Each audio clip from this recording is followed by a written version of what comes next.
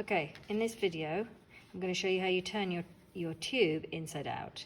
So you should have created a channel so that you've got a tube, and you need to make sure that that space is wide enough for your elastic to fit into, plus a little.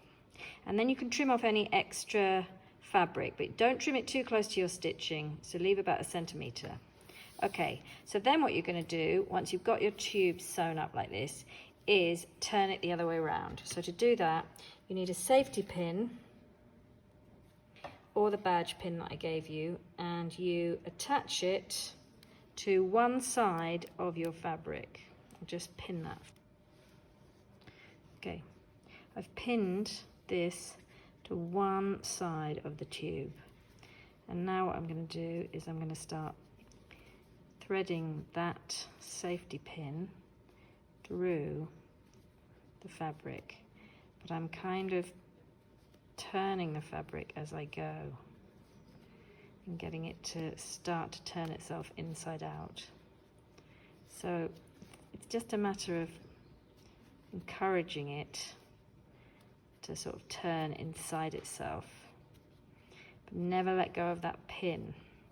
Now don't forget, your tube of fabric should be about 10 centimeters longer than your piece of elastic, so that this thing can gather over the top of the elastic and still have some stretch to it.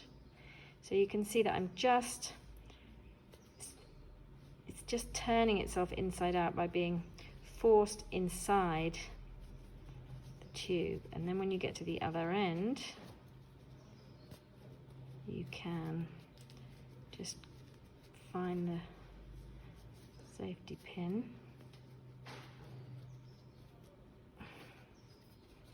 get hold of that fabric that's come through, and then you can start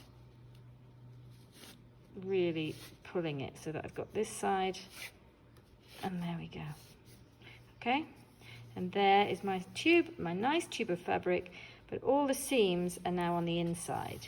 So you can take off the safety pin, and then what you're going to do is you're going to iron it. And you're going to iron it with the seam on one side, and it's going to be smooth on the other side. And because you've trimmed off your seam allowance, it's nice and empty and ready. And you can watch the other video now and see how to get the elastic to go inside.